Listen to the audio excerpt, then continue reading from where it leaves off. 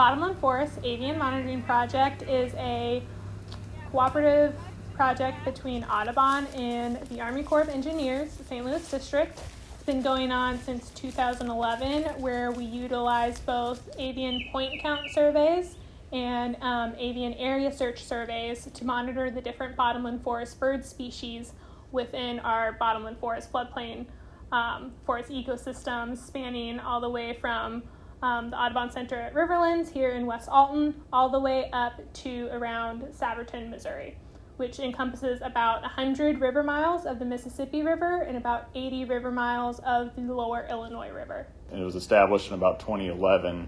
The idea was developed to start monitoring our bottomland forest bird species on core fee title land. Those are lands that the Army Corps of Engineers owns in the St. Louis District, with which we own about 49,000 acres. It was mainly started so that the Army Corps could see how their forest management practices were affecting the species.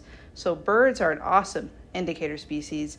They can tell you all about the environment. For instance, prothonotary warblers can tell you about the hydrology of the system, because their presence or incline or decline in their populations can tell you, are the forests getting enough floods? Are the floods happening too early or too late? So monitoring these bird species not only tell us the health of these bird populations, but also tell us how the forests are doing.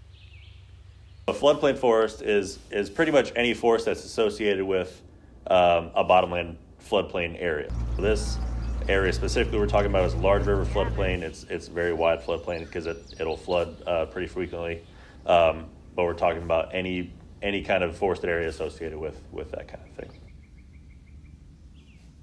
So everything that you see here that's all flooded out wasn't flooded last week. But this is classic bottomland forest with at least a few inches of water covering the low-lying areas. And this is what prothonotary warblers, which is calling right above us right now, this is exactly what they want. They want nice dead trees with probably good cavities in them right next to the water. So yeah, this is very nice, especially for prothonotaries. For every year that we can, we survey as much as possible, as many islands as possible. These surveys are pretty extensive in terms of coordinating and what it takes to do them. This is almost a year-long process for coordinating between analyzing the data, entering data from the year before, making sure we have the right equipment and safety measures, both just for survey-wise. We use a boat a lot, so making sure our boat is up to grade and that it's registered and everything's safe there. To hiring on technicians to work the season with us, to making sure that all of our points are established, putting them onto GPS units. It's a pretty long process, but once we get to the survey season, it involves a lot of training for boat safety. Of course, how to identify these bird species that we are looking for and that we will be around.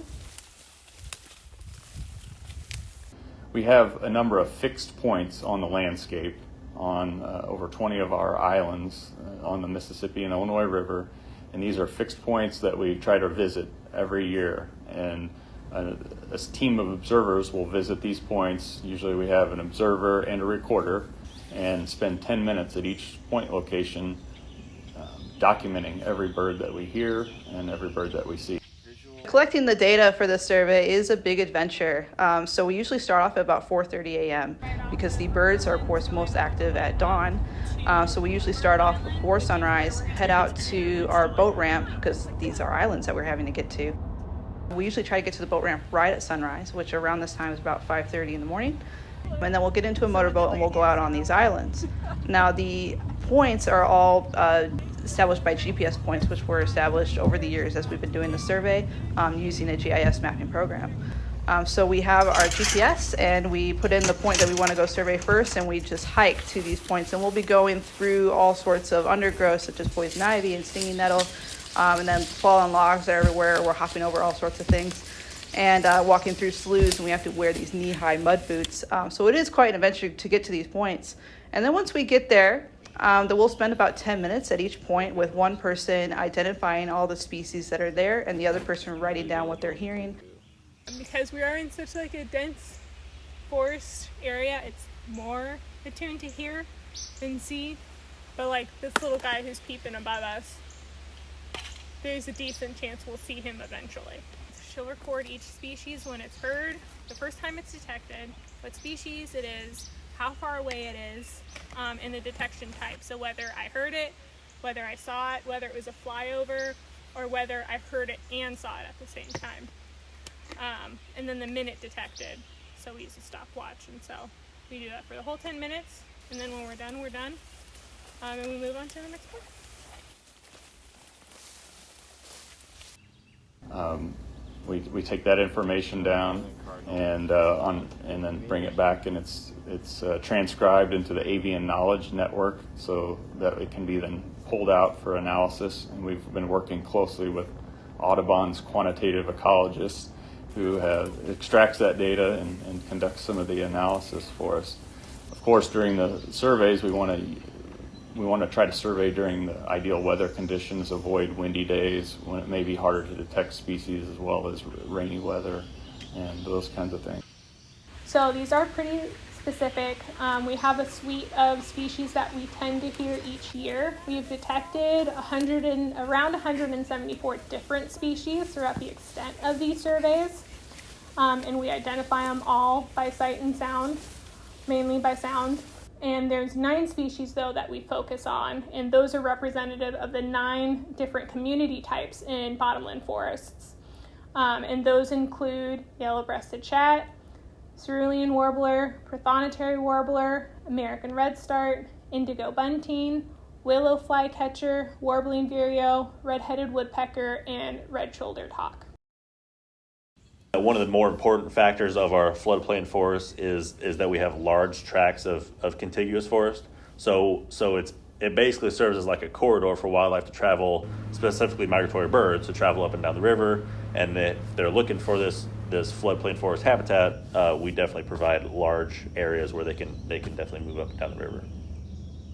So these bottomland forest islands that we survey are pretty unique just for a number of reasons. So floodplain forests in our area are some of the largest expanses of intact forests that we have.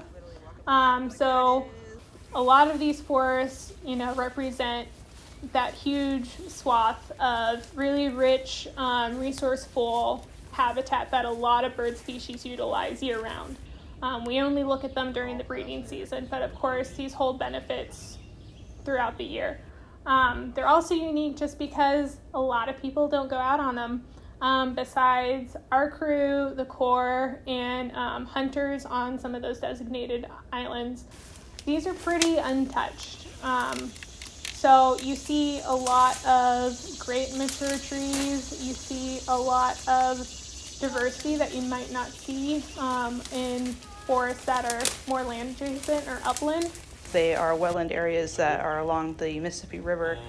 They help a lot with, of course, the hydrology of the river. If the river's going to be flooding, these forests can help, suck in this water to actually help prevent flooding. So the better that these forests are managed, the better it is for everyone.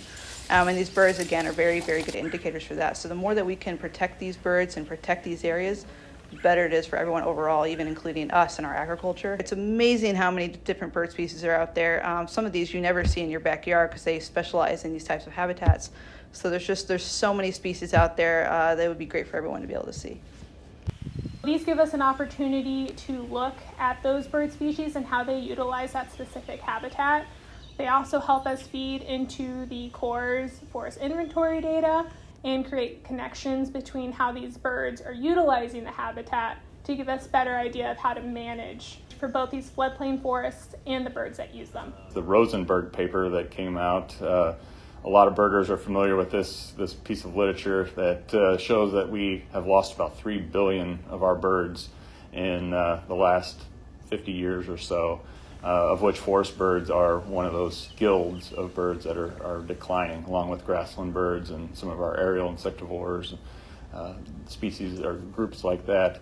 So forest monitoring and management is a big component of what the Corps does. So it's really important for us to know what the status a lot of these populations are doing.